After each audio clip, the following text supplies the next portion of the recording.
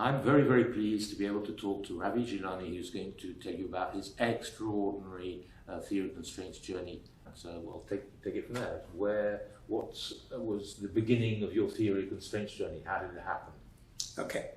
I used to be a TQM consultant, and we had strange experiences. Somewhere we got great results. Client praised us, we praised the client. Somewhere we got just about okay results.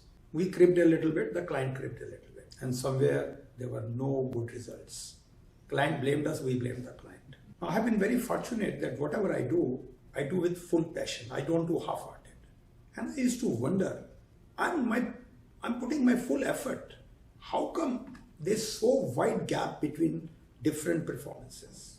And then I happened to come across the book, The Goal.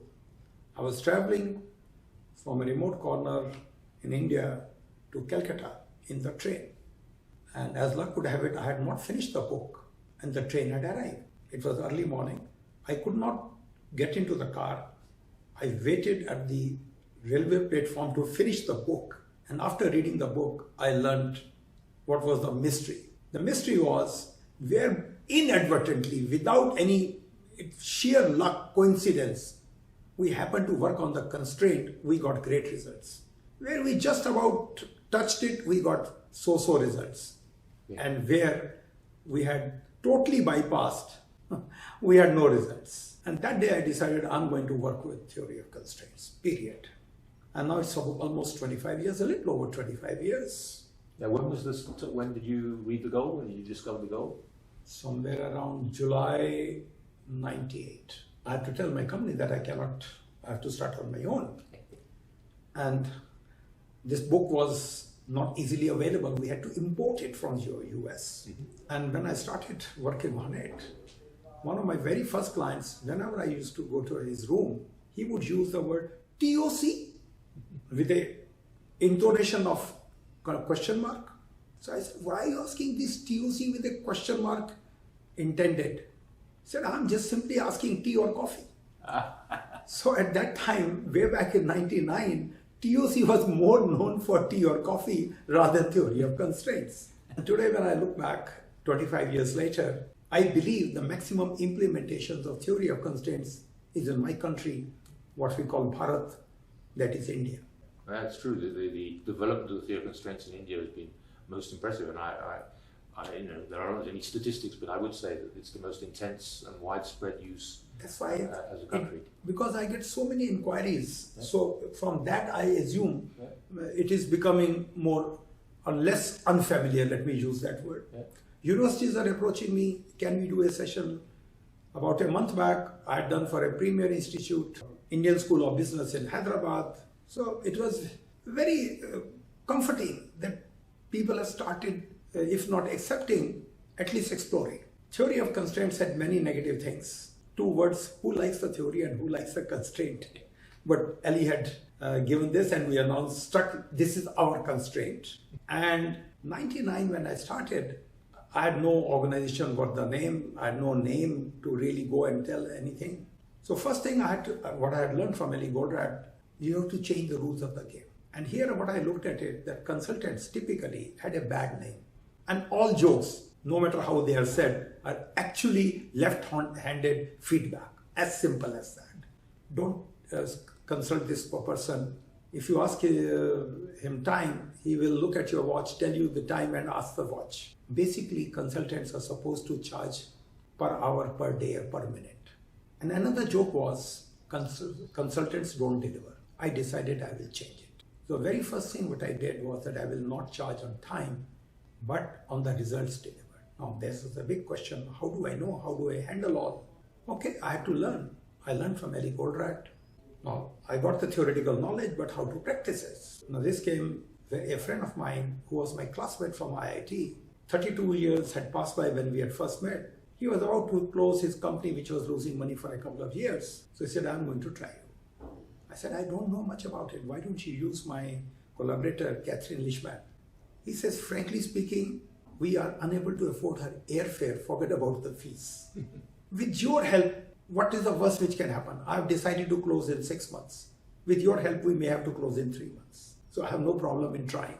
With God's grace, we turned around in 3 months. And in a few years, the same company, the bottom line was 3 times the highest turnover it had at one time. 3 times. So that assignment gave me a confidence that TOC works. Subsequently, 2 years later, in 2002, a client had happened to meet him in a train. They were struggling with cash. And here, once again, we could turn that company around in 6 months' time. But it gave me a big advantage. A new pathway was started on the concept of cash as a constraint. And about, I think, 2 years back, it was recognized as new knowledge in the body of knowledge in the TOC ICO. Absolutely. Book of knowledge. Yeah. Now I got another specialty that not only I can turn around a normal company, but also which is struggling with the cash. So this was a big thing. The third breakthrough happened in 2003. My old company, iShare, was struggling to turn around a unit of its which was losing money for 7 consecutive years. Once again, with a lot of help from friends and God, I believe God comes in the guise of friends. We could turn it around in about a year or 18 months. And 20 years later, it has done exceedingly well from being closed. Now it has purchased a couple of more companies in the similar domain.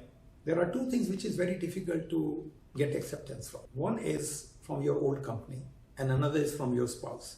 I got 50% from my old company. So that was a big thing for me. Now all my old colleagues, superiors, etc., this assignment not only gave me a lot of strength or conviction, but also gave a lot of respect. Then in 2015-16, around that time, I got another big break, Jindal Steel and Power. So far I'd worked companies which are a couple of $1 million. The highest would have been perhaps $100 million. But here was a $1 billion company coming up. 2 billion or 3 billion, I don't immediately recall. Large company, multiple units, multiple products, and very close to becoming a defaulter to the bank. Fortunately, the owner, Mr. Naveen Jindal, he quickly understood or aligned with TOC. And I want to share a small thing on this. I was meeting him in August 2015, and he wanted me to explain what is theory of constraints. I gave the usual speech that this is about constraint, offer the constraint is your policies as manifested in measurement. He said, can you give me an example? So I asked him, yes. Tell me, how do you measure your performance of the company? He said, tons of steel produced and sold. He said, but you are struggling with cash. He said, yes. So what should I do? I said, simple. Stop measuring tons, stop measuring tons produced, tons sold. Instead, use money collected as your prime measurement. If I turn Hindi colloquial, tan tan tan band karo, khan khana khan shuru karo. I'm translating, you see, if you have been to a casino, when you hit a jackpot, what do you see? Lot of noise of the coins. So I said, just do that. That's all. And to his credit, he has followed TOC to the T. All I can say, the ultimate proof of the company is, has it made money? The rest all is a means and no on. All I can remember, it has reduced its net debt over the last 5-6 years by at least $5 to $6 billion. So that is a real measurement. This gave me very high level of confidence that now I can handle. Size is not important. Number of units are not important. Number of products are not important. I can handle. And then the last phase happened during 2020, COVID. Now we were not able to move out. There was a lockdown. What do I do? So we started working on the video conferencing through Zoom, and this opened a new vista altogether. I realized that distance is no issue. Time, so long it is not my sleeping time, is fine. So long we can understand each other's language, the world opened for me. During this time, I hardly moved out from my home, and I consulted for companies in Oman, I consulted in Mozambique, consulted company in South Africa, and gave advice to people in Sweden. And suddenly I realized that I don't have to go out of my home, and I can do still a lot of good work across the world. Now I travel only when I want to travel, because I want to meet people. I'm here at the TOC ICO conference. More than getting the knowledge is to meet friends whom I have missed for the last 4 or 5 years. So that's my story. Thank you very much, and that's why we're here, both of us, right? It's rare opportunities to meet. So it's so good to catch up on all the news and to meet all the people who had these extraordinary journeys. So thank you very much for your time, and congratulations for your journey, because you're modest in, for instance, when you're talking about how you were solicited and helped companies all over the world during the COVID, but that's because you have a reputation that precedes you, that they know, you, as you pointed out, you're very results oriented. You're one of the people who is always talking about the results and the money made and whatever. It's a really powerful thing, I think. So thank you very much.